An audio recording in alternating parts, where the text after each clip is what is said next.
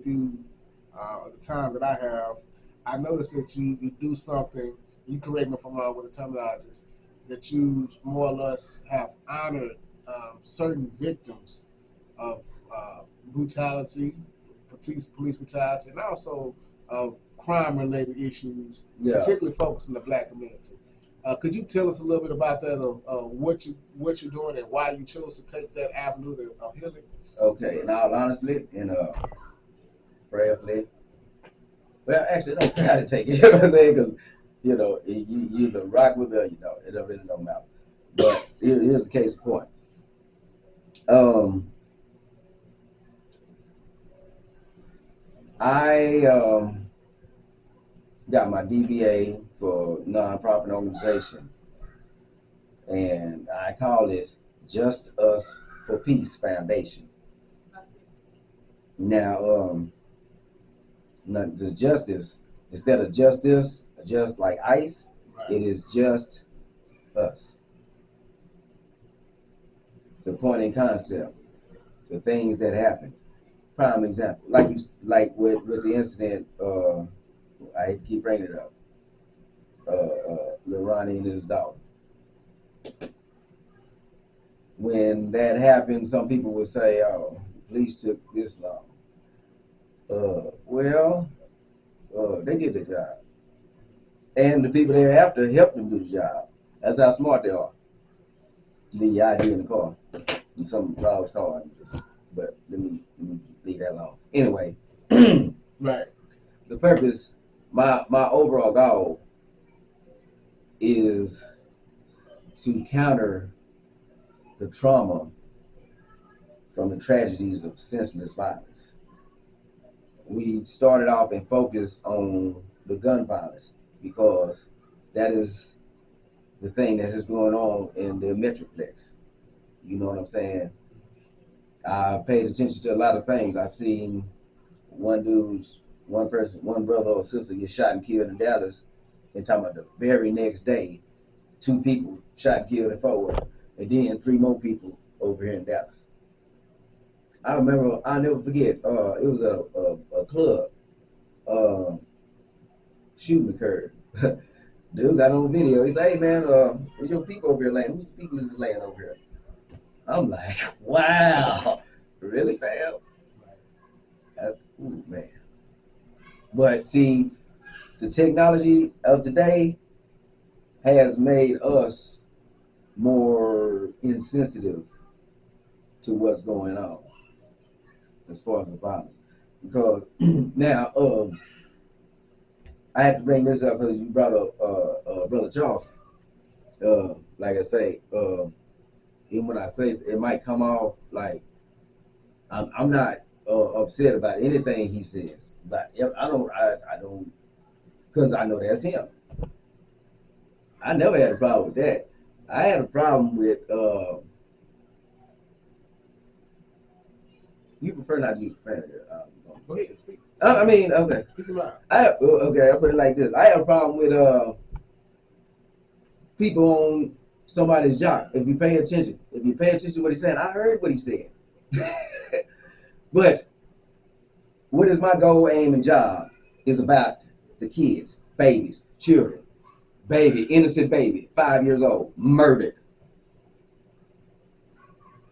Can't do nothing about what's already transpired, but be prepared for when it happens again, immediate response, not from the authorities, the community. Anybody that played any part, any shape, form, or fashion to condone that baby getting her life taken, playing on a tablet, you know what I'm saying? Right. You got to be fucked up to agree with some shit like that. Right. Well, okay, whatever he do? You don't even know what he did. You just know some real niggas was coming at him, shooting. Well, you say the real nigga, I say they dumb. Because I personally, in my heart, I don't believe that they didn't know that baby was in the car. And even if you don't know, it don't even matter. Because you deserve the same thing, whatever you get. Right. Now, you can call me the law then. They talking about death penalty for you ninjas. Hey, They facing death penalty. they should. My point is this. You back in the 60s, right? Everything that the whole United States enjoys, the leisures and all of that, is off of black Americans' blood, sweat, and tears. From chattel slavery, Jim Crow, and even during the 60s with the resistance, the fights, and the protests. We were fighting for us. Everybody benefit from it. And then generations ago, we got comfortable. Well, we didn't get comfortable. It was by design. And once again, when the lynch is alive and well, the black community keeps him alive. He probably is a fictional person, but he's real. Guess what? If we got a copy of, just like how me and you seen read that letter in that book, so did COINTELPRO. Because see, that was their golden job. And let me ask you something, because you know this is a popular thing people like to say as far as dealing with the nation. So you mean to tell me COINTELPRO infiltrated every black organization during that time, and they didn't infiltrate the nation? Right. Really? Yeah. Police officer in New York said that is too much power for one man to have. Right then and there. That's another word to say that in is a problem. Right. Right. You have to separate father from son in order to hinder progress. You know what I'm saying? Right. They succeeded. Now, did they obliterate the Nation of Islam like they did the Panthers? No. But who was the bigger threat? The Panthers. Exactly. Coming to you with the yeah. See? But now, just imagine this. Back in the 60s. Let's just say when Panthers, the nation, put their differences aside. Right. Panthers, y'all got resources. You got the world paying attention to you. They know you ain't playing no games. You got the guns. It's to defend yourself and the community. Now, the brothers in the nation don't believe in carrying weapons. No problem, but you can't tell them how this is their way. Y'all cover y'all part. Y'all have the social economics, the land, the businesses, all that there. You're gonna need some defense for that. And karate and kung fu's not gonna get it. Right. You see what I'm saying? And not even trying to be funny. The Nation of Islam of the 60s is different from the Nation of Islam of 2025. That's just facts. That's just facts. Because under the Messager's leadership, that was the only thing around. They thrived. And he built it off of the worst of the worst in the black community. Black leaders and all these hot dog. Oh, they don't care about these drug addicts, these prostitute dudes coming out of prison.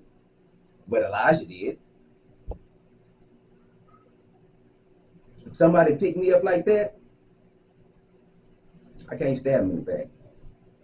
I'm sorry. Whatever issue is, that issue need to be inside.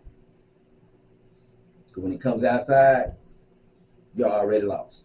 Right. So my golden aim, goals and plans, things need to be changed. So my goal, I ain't about trying to shine. I'm gonna be all right regardless. You know what I'm saying? But I leave this earth. It don't matter if my name is mentioned or if the organization is mentioned. As long as something got done. What's the name of your organization? Oh, Just Us for Peace Foundation. Gotcha. So I'll break this down to you from an ideological perspective. And like I say, not to even shoot no jabs